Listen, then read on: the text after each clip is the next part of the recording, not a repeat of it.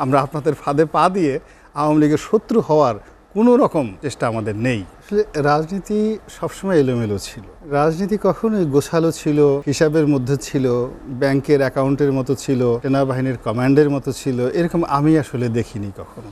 যারা যত সুকৌশলে সুন্দরভাবে মাস স্বীকার করতে পারে তারাই কৌশলী রাজনীতিবিদ। যেহেতু আওয়ামী লীগ ক্ষমতায় আছে, আওয়ামী লীগ তো অবশ্যই মাস স্বীকার করছে, শুধু মাস স্বীকার করছে না, আওয়ামী লীগ সেই পুঁটি মাছ, চান্দা মাছ থেকে শুরু করে রুই, কাতলা, বোয়াল সব ধরে ফেলেছে। এখন তারা কিছু চৌবাচায় রেখেছে তাজা তাজা খাবে বলে, কিছু ফ্রিজে ঢুকিয়ে রেখেছে সময় মতো ভাজি করে খাবে, কিছুকে শুটকি বানিয়ে রেখেছে যে এই পরবর্তীতে এই শুটকি দেয়, চেপা শুটকি, এইগুলোকে আবার ভর্তা বানায় খাবে।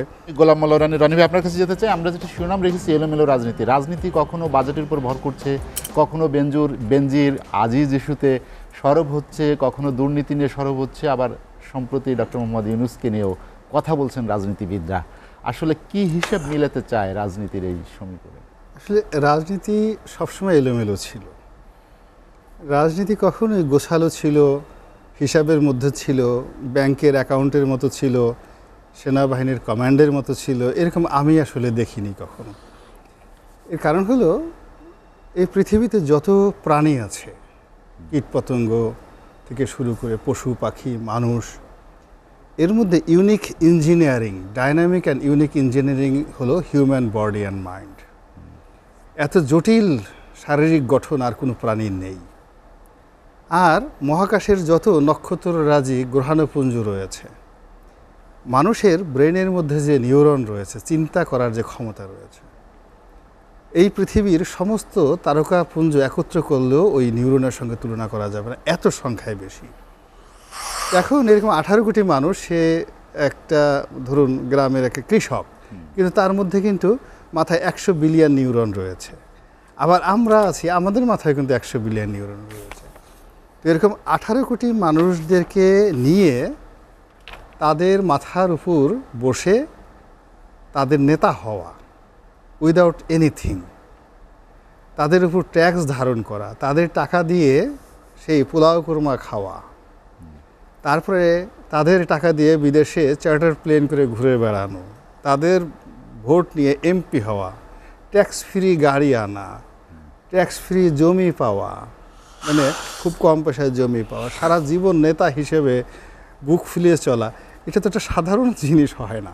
একটা রিক্সাওয়ালা যেখানে দিনে 500 টাকা আয় রোজগার করার জন্য সে মাথার ঘাম পায়ে ফেলে জীবনটাকে তছনছ করে শেষ করে ফেলে, সেখানে এরকম অন অ্যাভারেজে 10 লাখ লোকের একজন প্রতিনিধি হবেন, একজন সংসদ সদস্য।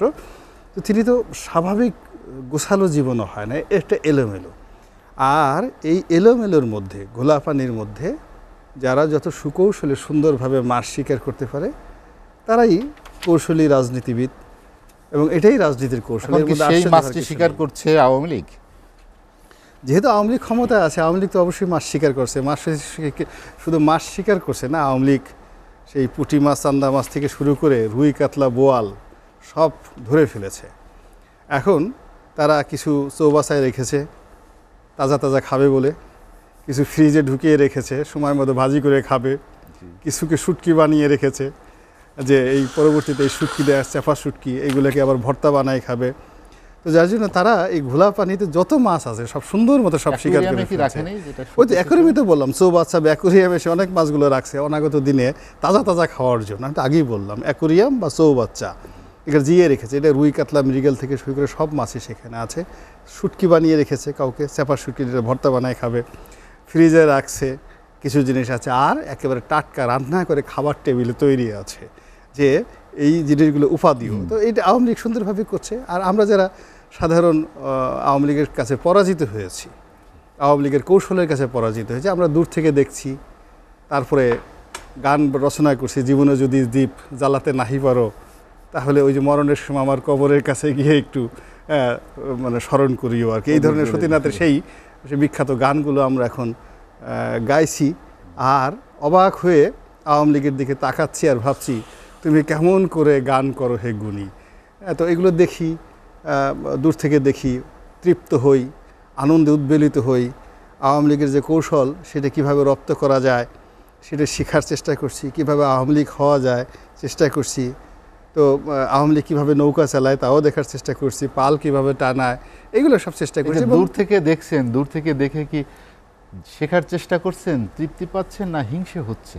না না, আমাদের এখন শেখারও কোনো মানে শেষ নাই। মানে সেই হীরক রাজার দেশে সেই গল্পের মতো, যত বেশি জানে তত কম মানে। এখন এই সমাজের যে জিনিসটা হচ্ছে কি, যে কোনো কারণে যে যাদের হাতে শক্তি আছে তারা যদি একবার বুঝে যায় যে তার প্রতিপক্ষ তার জারি জুরি বুঝে গেছে বা তাকে অনুসরণ করছে, তাহলে খুব বিপদ আছে। এজন্য আমরা আসলে শুধু অবাক হয়ে তাকিয়ে থাকি, বিস্ময়ে হতবাক হয়ে তাকিয়ে থাকি, এ কী করে সম্ভব। আর মাঝে মধ্যে দূর থেকে সেলুট দেই, হ্যাঁ, যে না হুজুর যা করেছেন ভালো করেছেন, সমস্ত কিছু করেছেন, তাদের জন্য শুভাশিস, যেন তাদের মানে কোনো কিছুতেই যেন কষ্ট না হয়, এরকম একটা মানে তাদের শুভার্থী হয়ে থাকার মধ্যে যে নিরাপত্তা আছে, নিরাপদ বোধ আছে, এই ইহজীবনটা আসলে আমরা ওইভাবেই কাটিয়ে দিতে চাই। আমরা এর বাইরে এলোমেলোই আপনারা যতই ইনফ্লুয়েন্স করেন না কেন, আমরা আপনাদের ফাঁদে পা দিয়ে আওয়ামী লীগের শত্রু হওয়ার কোনো রকম চেষ্টা আমাদের নেই। শত্রু হতে চান না? না না কেন? না না, প্রশ্নই আসে না, এটা সম্ভবই না। আমরা আওয়ামী লীগের বন্ধু হয়ে থাকতে চাই। জি।